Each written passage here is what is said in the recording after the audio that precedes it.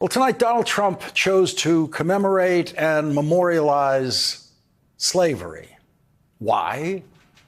Because he's Donald Trump. He did that by honoring a cruel and vicious slaveholder who killed more American soldiers than anyone else in the world in history. More American soldiers than Adolf Hitler ever dreamed of killing. Donald Trump announced on social media that he has tonight, quote, reinstalled the nearly 20-foot canvas portrait of Confederate General Robert E. Lee at the West Point Library on campus. Robert E. Lee is the single most disgraced West Point graduate in history. He committed treason. He waged war against the United States of America, a war in which Robert E. Lee killed 360,000 soldiers who were defending the United States of America, while the incompetent Robert E. Lee caused the unnecessary deaths of 260,000 misguided Confederate soldiers under his command in a war that Robert E. Lee never had a chance of winning. A commemoration of treason at West Point. That's Donald Trump's idea. Memorializing treason and slavery at West Point. And that is the kind of thing that I obviously take very seriously. But it's also the kind of Trumpian madness that, thanks to the creative spark in American comedy, can be joked about at Donald Trump's expense, of course, and can be joked about brilliantly. And now there's one less comedian to make those jokes at Donald Trump's expense. And television, as you may have noticed, takes nothing more seriously than television. Television has devoted more coverage to Jimmy Kimmel losing his job than it has devoted to Donald Trump and Elon Musk literally taking food away from starving children in Africa in the middle of a famine this year. What Donald Trump and Elon Musk, when they closed down the United States Agency for International Development and its delivery of food aid in famine, they sentenced hundreds of thousands of people to death, babies, toddlers, grandfathers, mothers, sisters, brothers, starving to death together. And none of them got the attention or the outrage that we have seen on television over one person losing a TV show. Jimmy Kimmel is great at what he does. Jimmy Kimmel's writers are great. Jimmy Kimmel is a great guy. I really like Jimmy Kimmel. I really admire Jimmy Kimmel. And I am sure that as outraged as Jimmy Kimmel deserves to be about what has happened to him, I am sure that he is embarrassed to be getting more attention on television to his plight than the people in this country who have lost their health insurance because of Donald Trump. And to the dedicated federal workers in this country, many of them who have been working to save lives longer than Jimmy Kimmel has been telling jokes, who have been fired by Donald Trump. But television cares more about television than everything else in this world, as television is making very obvious to you in the last 2 days. And if you greet what happened to Jimmy Kimmel with surprise, you are unconsciously ignoring a body of knowledge that is as old as television itself, and that is the history of American corporate bravery. That book hasn't been written because there is no history of American corporate bravery. And so the blacklist is back. And don't ever forget, Hollywood invented the blacklist, a list of people who they would not employ in show business because they were suspected of having political beliefs that right-wing Republicans in Washington did not like in the 1950s. And Hollywood will likely be just as courageous this time, which is to say not courageous at all.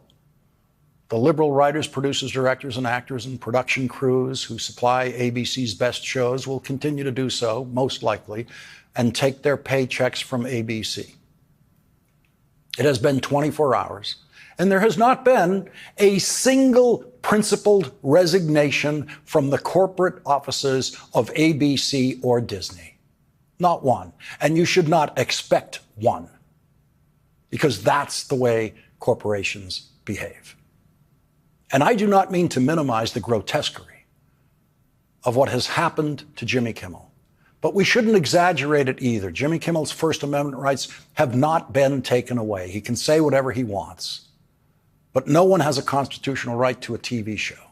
We can all lose our TV shows at any moment for any reason, and we're all supposed to know that.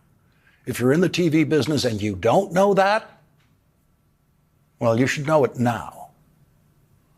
The CDC director, who Robert Kennedy fired, testified to the Senate yesterday that children are dying and will die in this country because of the decisions and announcements about vaccines made by the most vile Nepo baby in American history, Robert Kennedy Jr. And that news had to fight for a sliver of space on television with the coverage of what happened to Jimmy Kimmel, who has had a spectacularly long and successful run on television and will surely provide us with more great entertainment one way or another for years to come. Conan O'Brien has brilliantly demonstrated that there is creative life after you leave the talk show anchor desk. Donald Trump is thrilled that television has decided to devote itself to what has turned out to be his successful attack on Jimmy Kimmel, Donald Trump's successful campaign to get Jimmy Kimmel off television. Donald Trump loves this coverage. Donald Trump's supporters are thrilled with this as a Donald Trump win, and they are thrilled by all the outrage expressed on television against Donald Trump for knocking Jimmy Kimmel off TV. They see this wall-to-wall coverage as a Trump win. No matter how much negative stuff gets said about Donald Trump and his FCC commissioner, it plays to Trump fans as a big Trump win. And for Donald Trump, most importantly, it creates what he needs: a giant television diversion from the giant problem of Donald Trump's year this year, which, thanks to British reporter Beth Rigby of Sky News, was thrown in Donald Trump's face again today. Finally, if I may, the elephant in the room, Lord Mandelson, he is no longer the ambassador. Do you have some sympathy with him that he lost his job over historic links to Jeffrey Epstein? Thank you very much, sir. I don't know him, actually. I had heard that, and I think maybe the Prime Minister would be better speaking of that. That was a choice that he made, and I don't know. What is your answer to that? Well, I mean, it's very straightforward. Some information came to light last week which wasn't available when he was appointed, and I made a decision about it, and that's very clear. So there's the British Prime Minister saying he couldn't possibly continue to associate with someone who was friends with Jeffrey Epstein, and that is why he fired the British ambassador to the United States last week, when Bloomberg News exclusively reported emails from Ambassador Peter Mandelson in 2008, when he was not the ambassador, to Jeffrey Epstein, after Jeffrey Epstein pled guilty and was about to begin serving a light sentence in Florida in a plea deal that saved him from facing federal sex trafficking charges and charges of raping children. And as we reported to you last night, Peter Mandelson emailed this to Jeffrey Epstein the day before Epstein started his sentence in that case, a sentence that allowed him to work all day in his office in Florida and then spend the night in a barracks-like facility that could hardly be called a prison. Mandelson emailed Jeffrey Epstein this: "I think the world of you, and I feel hopeless and furious about what has happened. I can still barely understand it. It just could not happen in Britain." Peter Mandelson has no doubt felt hopeless and furious for a week now, since Bloomberg News reported his intense sympathies for the sex trafficker and raper of children who was, according to Jeffrey Epstein, Donald Trump's closest friend for 10 years. Jeffrey Epstein said on tape, "I was Donald Trump's closest friend for 10 years.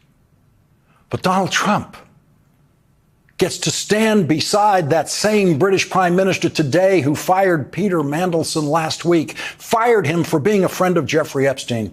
That is what the British ambassador to the United States was convicted of in the British Court of Politics by the Prime Minister last week, being a friend of Jeffrey Epstein. And that same smarmy, pathetic British Prime Minister relentlessly sucks up to Donald Trump because he fears Donald Trump's wielding his illegal and unconstitutional tariffs in a way that will harm British exporters. If British Prime Minister Keir Starmer were running ABC, he would have fired Jimmy Kimmel a long time ago. He has the soul of a corporate CEO, which is to say, none at all. And that is what allows him to shame Britain by standing beside Jeffrey Epstein's closest friend of 10 years today. And of course, Donald Trump lied when asked about the British ambassador who got fired for his friendship with Jeffrey Epstein.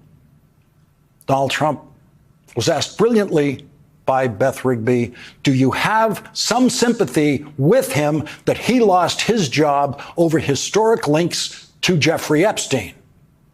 Historic links that are weaker than Donald Trump's historic links to Jeffrey Epstein. And Donald Trump didn't say yes or no. Donald Trump didn't say that he doesn't have sympathy for him. So we can assume that maybe he does have sympathy for a guy losing his job because he was friends with Jeffrey Epstein. But Donald Trump also told the lie, quote, I don't know him actually. Here's Donald Trump not knowing him. Today, it just, in my view, as the Prime Minister has said, just shows what two countries who trust each other, who are confident in each other and are familiar with each other can do, not just for ourselves, but for the rest of the world who need to benefit from a bigger and better international trading system. Thank you very much. It was beautifully stated. What a beautiful accent. I'd like to have that accent. Thank you. My mother would be proud. Thank you very much. Donald Trump's Scotland-born immigrant mother would not be proud of his Queen's accent, picked up in his neighborhood in New York. So there's the British ambassador in the Oval Office with Donald Trump, joking and laughing, and that wasn't the only time. That was 4 months ago.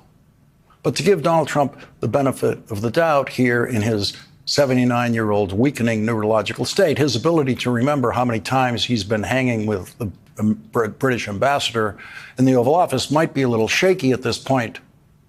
But the British ambassador was most recently in the office on September 9th, 9 days ago. But Donald Trump's answer today was, I don't know him, actually. Donald Trump's friendship with Jeffrey Epstein is now haunting him from more than one side of our politics today. It was Trump supporter Joe Rogan's turn. Joe Rogan's a comedian, not a reporter, so you'll have to forgive him for being more than a week behind the news about the public release of the drawing and birthday message to Jeffrey Epstein with Donald Trump's signature that was given to Jeffrey Epstein for his 50th birthday. Joe Rogan caught up with that news today. Yeah, it's very odd stuff. It's quite strange. But it's also like the way, like, enigmas never age. Have you noticed that? And Jeffrey, as a matter of fact, it was clear to me the last time I saw you. Like, if one of my friends sent me that, I'd be like, I'm getting a new number. Yeah, yeah, you need help. New number. Why didn't you just write happy birthday? Yeah, what the is wrong with you, enigma? And today, by far, the most important thing said about the Epstein files and Donald Trump's FBI director's testimony this week about the Epstein files came from the women, survivors of the crimes of Jeffrey Epstein and his criminal co-conspirator, Ghislaine Maxwell. Their statement should be heard in full. In a written statement, the survivors said they were shocked by Kash Patel's testimony, claiming falsely that there is no evidence that Jeffrey Epstein trafficked children and teenage girls to other people. The survivors' statement said, "We are struggling to understand what this means. Even the limited information that has been made public includes accounts such as Virginia Giuffre's report that Epstein trafficked her to other individuals besides himself. We also understand, as Representative Thomas Massey pointed out during the House oversight hearing, that there are FBI reports documenting witness interviews in which victims of Epstein and Maxwell named at least 20 other men they were trafficked to. Director Patel's testimony raises more questions than answers. For years, he has railed about the incompleteness of previous investigations. He is right about that. Previous investigations were indeed incomplete. So what is his plan to make sure that a thorough and unbiased investigation is conducted at last? He seems to acknowledge that the FBI FD 302 reports naming other men to whom Epstein, Maxwell victims were trafficked are real. So will he release those reports to the House Oversight Committee and to the public? He seems to imply that officials in previous administrations deemed those reports not to be credible. He has not read the reports himself. He has not spoken to the victims himself. And yet he plans to defer to unnamed officials from prior administrations who treated the reports as not credible. How can this be? Those previous administrations are the ones that Kash Patel spent years accusing of a cover-up. Now, he will pass the buck to them to decide that information about other men in the Epstein-Maxwell trafficking ring is not even worth following up on? There are victims and witnesses who, to this day, have still not been interviewed. Will they continue to be ignored? Survivors deserve better, and so does the public. We deserve answers to questions like these. Do the FBI and Justice Department have a plan to conduct a proper investigation at last? What is that plan? Will you release the FD 302 forms containing witness accounts of men to whom Epstein and Maxwell trafficked women and girls? Who were the officials in previous administrations who deemed the FD 302 reports not credible? Why are you deferring to that decision without reading the reports or interviewing the witnesses yourself? Given the number of times that survivors of Epstein-Maxwell abuse have been betrayed by the justice system, how will you ensure an unbiased and truth-seeking process that survivors can trust? Director Patel testified that the original sin of the Epstein case was the unconscionable non-prosecution deal that U.S. Attorney Alex Acosta gave Epstein and the limited investigation Acosta conducted. As head of the FBI, Director Patel can work now to remedy that in a way that finally centers survivor voices and finally pursues the whole truth. The public demands it, the victims deserve it, and our system of justice, without fear or favor, requires it. Survivors are waiting. Survivors are waiting.